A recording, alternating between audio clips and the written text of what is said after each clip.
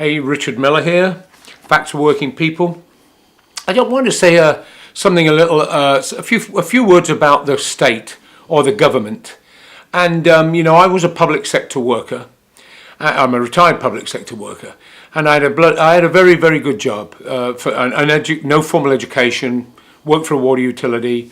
Public sector is definitely a better place in Maine to work. More security, better benefits up until things have changing, but better benefits in general and so forth. It hasn't always been that way, but over the last decades, few decades it has. And so I wanted to talk a little bit about the public sector and the state and the government and what that means. Because I saw Trump the other day, no, it wasn't Trump, but it was the establishment. I think it was in New York State, because workers on strike were going to be able to get unemployment. Can they get unemployment? This is a debate if they're on strike, blah, blah, blah. And of course, there was an article, I think, in the Wall Street Journal about it and how this strengthens unions and pays workers for doing nothing. They always just assume their whole philosophy is that we're lazy like they are. And so they don't like that and so forth. And then you get the attacks on the public sector workers and on big government. The right wing is always talking about, and the not so right wing, big government. I remember Al Gore going up there to Business Week and telling them how proud he was they'd laid off or eliminated 100,000 positions and competing with the Republicans for that in the mid-90s. And so they're after the public sector worker. And why is that? We hear all the talk about big government and the government this and the government that from Capital and the right wing and the Wall Street Journal and all of the big bourgeois press. And yet they've just doled out, or they want to dole out, $15 billion to farmers to compensate for prices that with the tariffs wars to counter the effect of the tariff wars. You got a situation now. I was reading this morning when Trump is about to pass some or do some executive order or executive directive to avoid Congress so they can sell all more weapons to the Saudis, this murderous, thuggish, backward regime that's caused this horrific catastrophe in Yemen with our arms and our technology and money, and he wants to sell a bunch more stuff to these nasty characters over there. And meanwhile, I'm watching TV at night and I'm asked to donate money for the people in Yemen that my tax money is killing. It's a bizarre world we live in. But so this whole question I wanted to talk about a little bit was the state. And by the state, I mean government. Because we don't think about those things. Our lives are so consumed with survival in a lot of ways. I see a quarter of Americans now don't have any savings for retirement and stuff like that.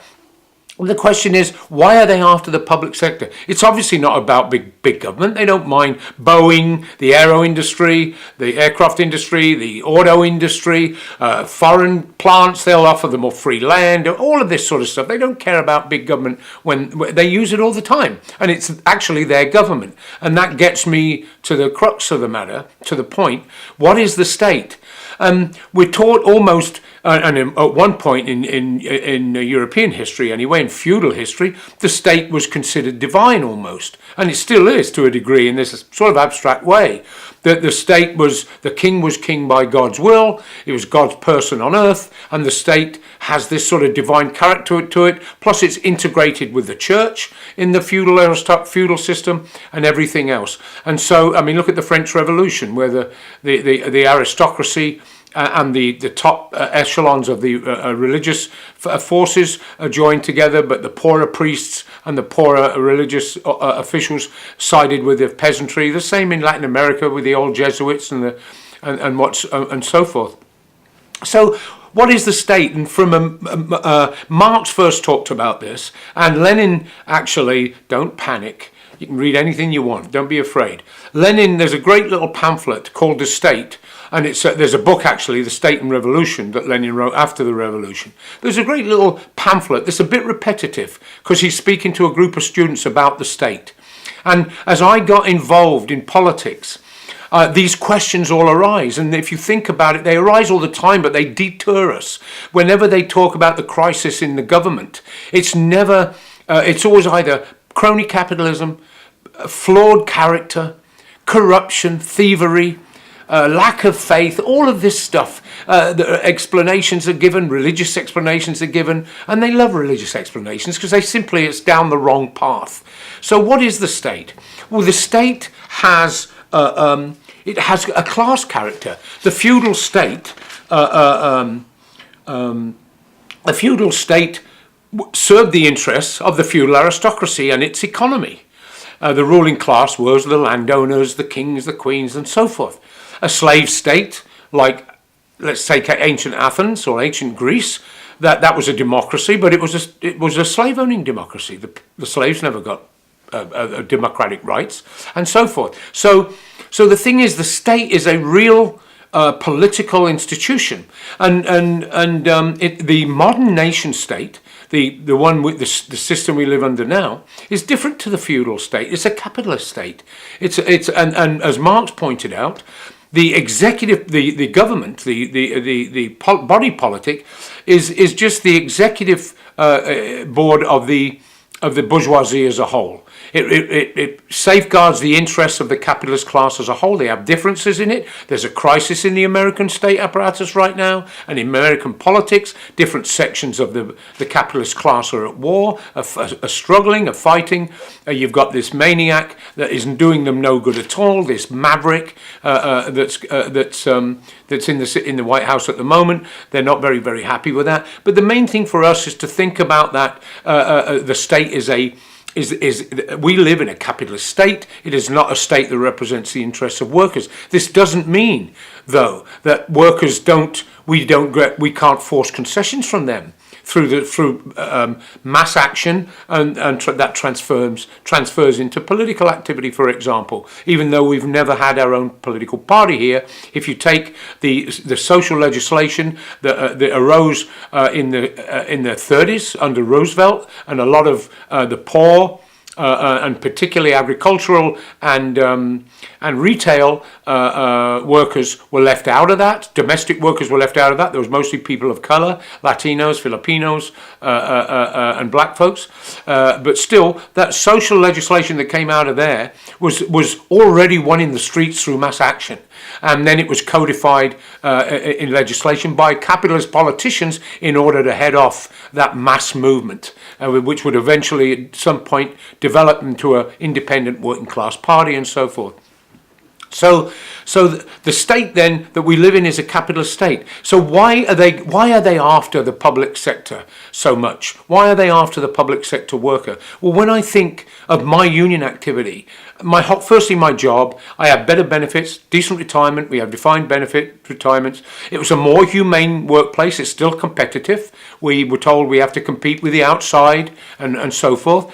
But it's definitely more humane. I was a shop steward and a union official, an unpaid rank and file union official for many years, and believe me, I was fortunate to have been in the public sector, because I would have been fired in the private without a doubt.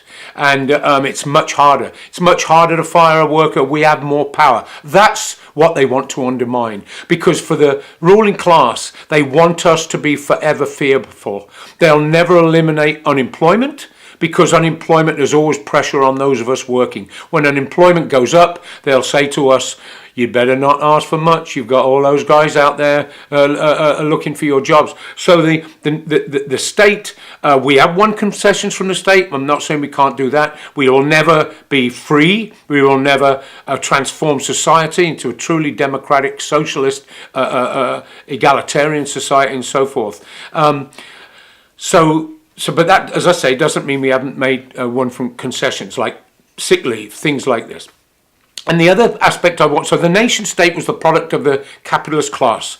When it overthrew feudalism, it transformed the state. I'm not going to go into that. I like to try and keep these short anyway. But the other aspect of the state, when capitalism spread into if you take British capitalism, first into Ireland, it colonized, then Africa, India, and so forth. And capitalism has to expand in that way. But when it went into Africa, for example, as Marx pointed out, it creates a world after its own image. and that means in the economic and political structures that it creates. And in Africa, British went in, and they had the 3 Cs, people like Livingstone, Rhodes, and all of those. 3 Cs, commerce, Christianity, Christianity, commerce, and civilization. Those were the 3 Cs. Christianity, commerce, and civil equals civilization. And that's what they struggled for. That's what led to all their oppression, their racism, and everything else. And that's what they believed in. But if you look at Africa, because I'm reading this book, or I finished it, called A Brothers' War. It's about the Nigerian Civil War, and I grew up there as a child. If you look at all the states of Africa and why they can never develop, is those nation states into healthy capitalist economies like, say, the European Western states, is that a lot of them are angular, especially if you look in the north, like Libya and these places, and Egypt and all of that, because these states, unlike Nigeria, were imposed from without by imperialist countries. They were imposed on their interests. The borders were drawn on their interests. That's why you have Kashmir crisis, Pakistan crisis. It's why you have the crisis in the Middle East, Northern Ireland. All of these are a product of the imperialist countries designing the world with their interests at heart. And if you take Nigeria, that civil war, we're taught over here in America, well, there's Africa, the black people, there's Europe, the white people. But Nigeria has about 200 different language groups, I think. It's got 3 major tribes, the Hausa, Fulani, the Yoruba, the Igbo, but there's a whole bunch of these people. The British capitalism drew this box, and here are all of these people who were not at that stage of development. They were imposed from without. It didn't develop organically as the British state did, as the English state did, and so forth. And so this crisis arises. It's the same in the Middle East, with the carving up of the Middle East after 1916, the collapse of the Ottoman Empire, and the Sykes-Picot Agreement between the British and French that created some of these nations. You had this group of tribal people from Syria to Morocco that were the same religion, basically. There were 2 or 3 religions: Judaism, Arabs are Jews, Christians are Muslim, and Berbers, for example. And they enforced these geographical political boundaries on them that served their interests. So we have to look at the nation state that way, that it is not an abstract thing. It has class content. It represents the interests, in our case, of the capitalist class. It will always defend the capitalist class. The police are arm of the state. That will be used to defend the capitalist class and their interests. That's why they let scabs across picket lines. That's why they get injunctions from judges and everything else. They have the state and everything. They talk about us getting a bit of employment if we're on picket lines. That when the employer gets in trouble, he's got the state, the media, and everything, and the armed forces and the National Guard if they choose to call out the National Guard. So we have to look at the state in that way, and it helps us to explain things. It helps us to explain why Africa and countries can never develop. One day this country, Ethiopia, is the gem of Africa, then it's Botswana, and it's all about the growth, 10% growth this year, 8%. You've got a factory with a road to it and access to the sea, and the rest of the country around it is in poverty. That's what capitalism does. So that's why they can never develop. That's why they're unstable all the time, because they cannot develop into healthy nation states in the way that the European capitalism does. Well, and so I want to link those two together. And we have to look at that. That's why they want to destroy the public sector in this country. It's a better workplace. It's more power. It gives the worker more power. Anything that gives us more power, they want to undermine that. And they're doing it. And they're overconfident in it, and there's going to be some serious setbacks. I'm not going to go into that, but there's abortion laws and everything else. The American bourgeois, the ruling class in this country, is overconfident. They're setting the fuse that will light up the explosions that are going to take place in this country. All right, so it's Richard, Facts for Working People. I hope this makes some sort of sense. I just wanted to get it off my mind. Take care. That was the dog. I'm sorry.